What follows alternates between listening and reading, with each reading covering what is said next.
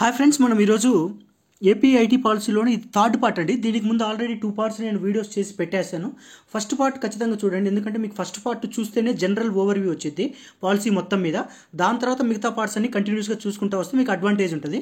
మధ్యలో పార్ట్కి వెళ్ళి మీరు చూసిందంటే అంత క్వశ్చన్ వరకు ఐడియా ఉంటుందేమో కానీ బట్ క్రోనాలజీ మీకు ఐడియా ఉండదు. సో మీరు ఇప్పుడు థర్డ్ పార్ట్ కంటిన్యూ చేద్దాం. బిఫోర్ దట్ నా ఛానల్కి ఎవరైనా ఫస్ట్ టైం విజిట్ చేస్తే లైక్ చేయండి, షేర్ చేయండి, సబ్స్క్రైబ్ చేయండి. ఓకే, ఇప్పుడు థర్డ్ పార్ట్ని నేను కంటిన్యూ చేయబోతున్నా. ఎంసీక్యూస్ని చూద్దాం.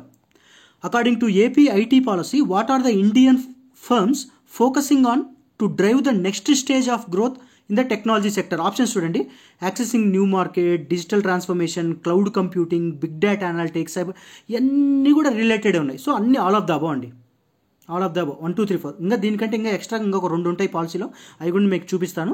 So according to AP IT policy, what are Indian firms focusing on to drive the next stage of growth in the technology sector? ఇవన్నీ accessing to new markets, digital transformation, cloud computing, big data analytics, cyber security solutions.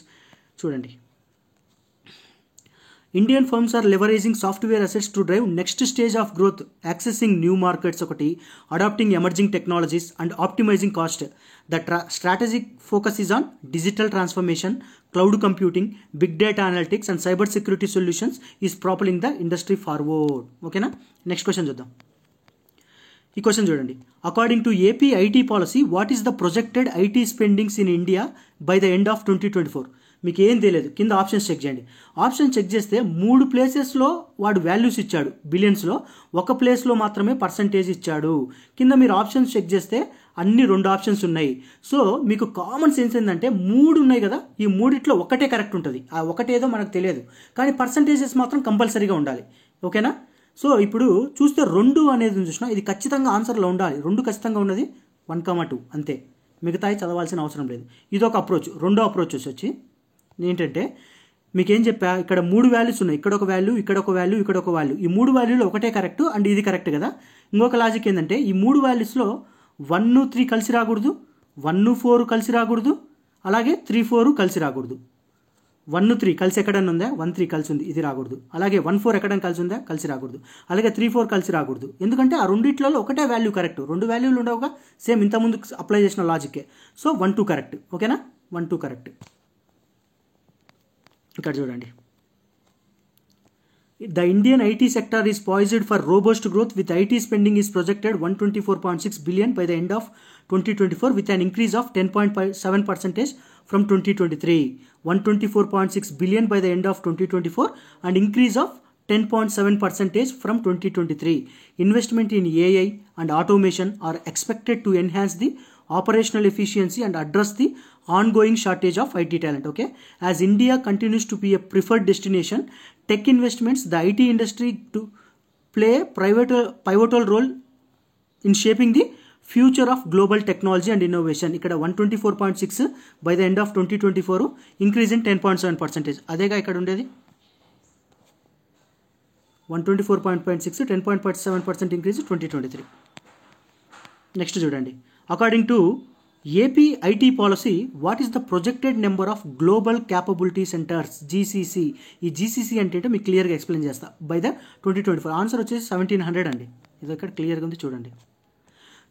India has seen a massive growth in the creation of global capability centers, with the numbers increasing about 1700 by the end of 2024, generating 64.6 billion exports revenue and employing about 1.9 billion. 1700 అంట. తర్వాత total export revenue వచ్చేసి 64.6 billion అంట. Total ఎంప్లాయ్మెంట్సింగ్ వచ్చేసి 1.9 billion అంట. Global capability centres. అసలు global capability centres అంటే ఏంటో చూద్దాం. గ్లోబల్ క్యాపబిలిటీ సెంటర్స్ అంటే ఏంటంటే a centralised unit within a multinational corporation. ఒక ఎంఎన్సీ ఉంది కదా, ఆ ఎంఎన్సీ లోపల ఉన్న సెంట్రలైజ్డ్ యూనిట్ ఏం చేస్తుందంటే దట్ ప్రొవైడ్స్ స్పెషలైజ్డ్ సర్వీసెస్. ఏంటి ఆ స్పెషలైజ్డ్ సర్వీసెస్? దేనికోసం? To supports the organizations global operations. ఓకేనా? ఒక్క నిమిషం. ఒక మల్టీనేషనల్ కార్పొరేషన్లో ఉన్న సెంట్రలైజ్డ్ యూనిట్ అది దేనికోసం అంటే స్పెషలైజ్డ్ సర్వీసెస్ ప్రొవైడ్ చేస్తుంది. ఆ స్పెషలైజ్డ్ సర్వీసెస్ ఏంటి అయ్యా అంటే ఇక్కడ క్లియర్గా ఇచ్చారు, చూద్దాం. ఒక నిమిషం. Such as IT services, research and development, business processing outsourcing, engineering services, financial mains, ఇదన్నమాట. ఇక్కడ చూడండి, according to AP IT policy by 2030, what is the projected market size of global capability centres according to ANSR. ANSR అంటే ఒక survey అండి. ANSR అంటే నేను కూడా first ఏంద్ర ఏఎన్ఎస్ఆర్ అనుకున్నా, గూగుల్ చేస్తే తెలిసింది. ఏఎన్ఎస్ఆర్ గ్లోబల్ అనేది ఒక సర్వే. అదేం చేస్తుందంటే మార్కెట్ సైజు వాటిని ప్రొజెక్ట్ చేస్తూ ఉంటుంది. అది వచ్చేసి 120 బిలియన్స్ అండి. ఇక్కడ ఉంది చూడండి.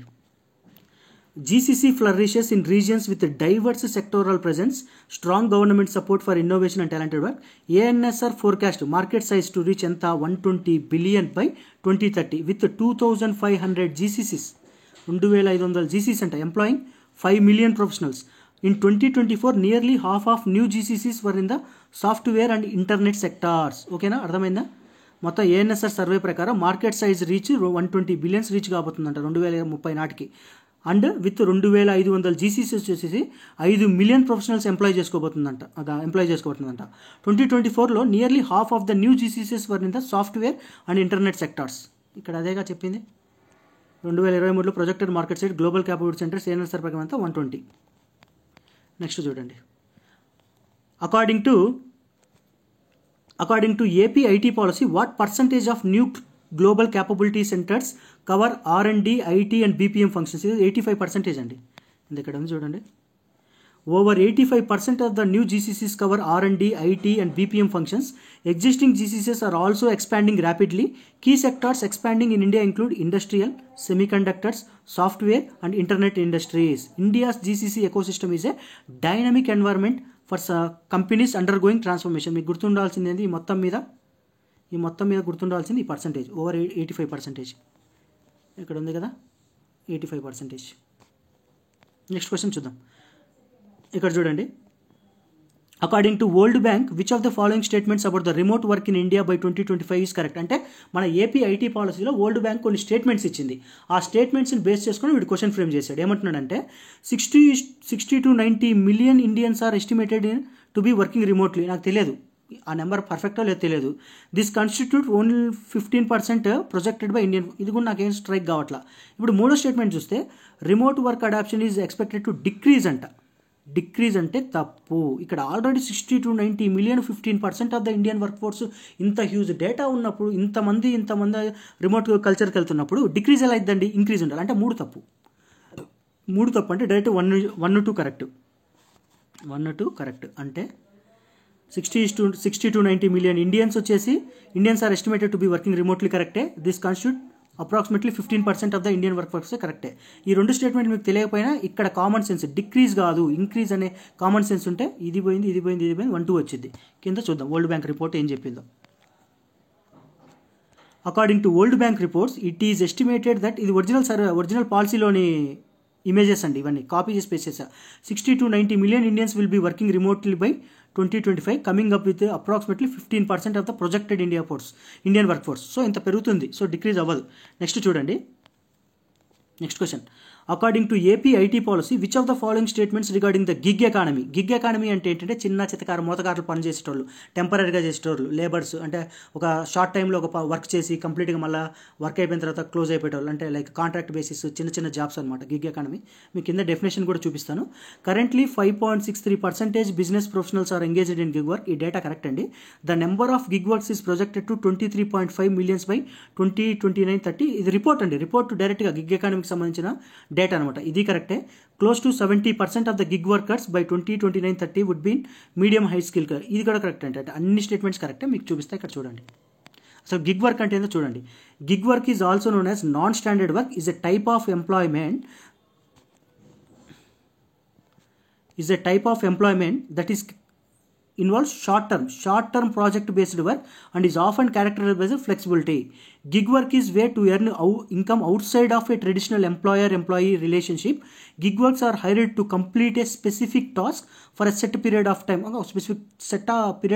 స్పెసిఫిక్ టాస్క్ తీసుకొని స్పెసిఫిక్ సెట్ పీరియడ్ ఆఫ్ ఏ టైంకి కొంతమందిని ఎంప్లాయ్ చేసుకొని ఆ వర్క్ అయిపోయిన తర్వాత వాళ్ళని తీసేస్తారు.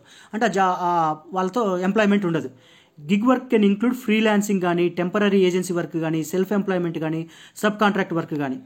ఇక్కడ చూస్తే gig work is off and flexible with workers choosing when and where to work. ఓకేనా, ఇది గిగ్ వర్కర్స్ అంటే. ఇప్పుడు చూడండి వాటి డాక్యుమెంట్లో ఏమి ఇచ్చాడో చూద్దాం. India is also experiencing a boom in participating in the gig economy. ఎంత 5.63% వచ్చేసి business professionals today are currently engage in the gig work.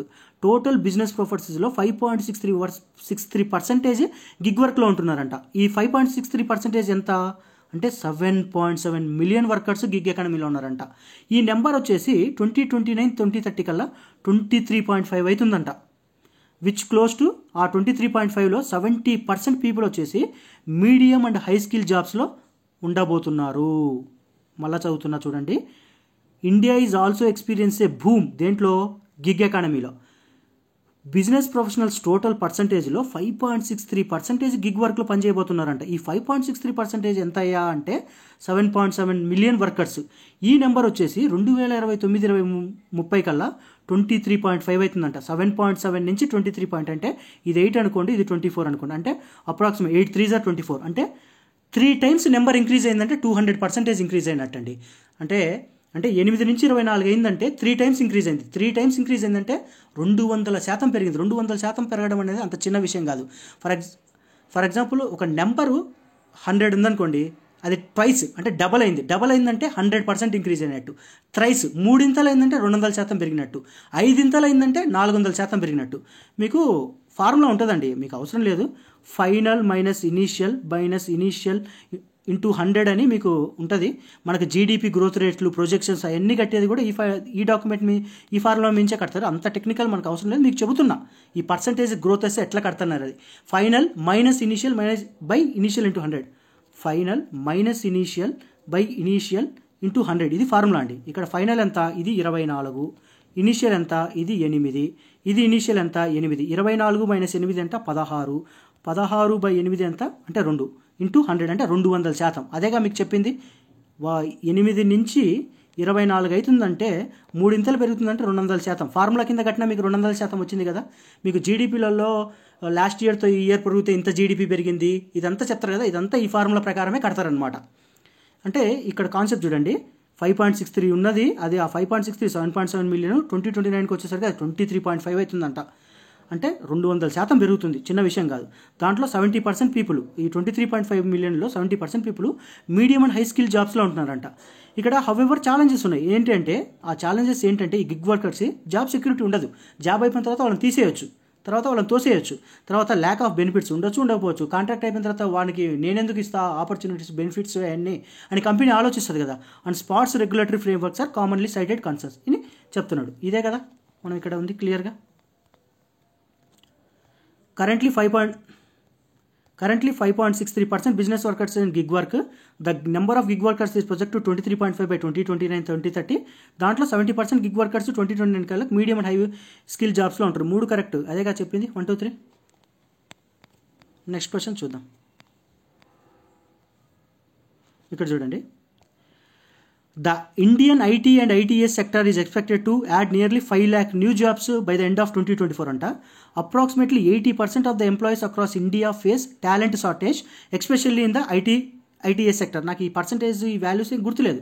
Graduates from Andhra Pradesh have been prominent in reading the engineering and IT firms globally. ఇది general statement, positive statement, 3 కరెక్టే ఉంటుంది. కానీ ఇక్కడ 3 కరెక్టే అండి. నేను ఈ 3 కరెక్ట్, 3 పాలసీలో నేను ఎక్స్ప్లెయిన్ చేస్తాను, తర్వాత పైకి ఎంసీక్యూ చేస్తాను. Andhra Pradesh role in Indian IT and ITE sector చూడండి.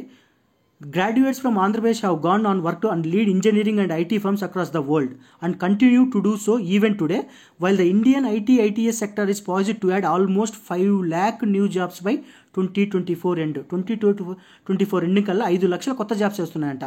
Report suggests that it is approximately 80% of employers across the country feel a talent shortage while hiring a particularly in IT-ITS sectors. అంటే 2024 ending కల్లా 5 లక్షల new jobs create కాబోతున్నాయంట. IT-ITS సెక్టార్లో add కాబోతున్నాయంట. Present 80% of the employees ఇండియాలో talent shortage ఉందంట. దేంట్లో IT-ITS sector కింద. అదేగా ఇక్కడ ఇచ్చిందాడు. In IT-ITS sector is expected to 5 lakh new jobs by 2024. Approximately 80% of India is going to face talent shortage, especially in the IT-ITS. Graduates from Andhra Pradesh have been prominent in leading engineering. ఇది కరెక్టేగా, 3 కరెక్టేగా, 1 2 3 కరెక్టేగా.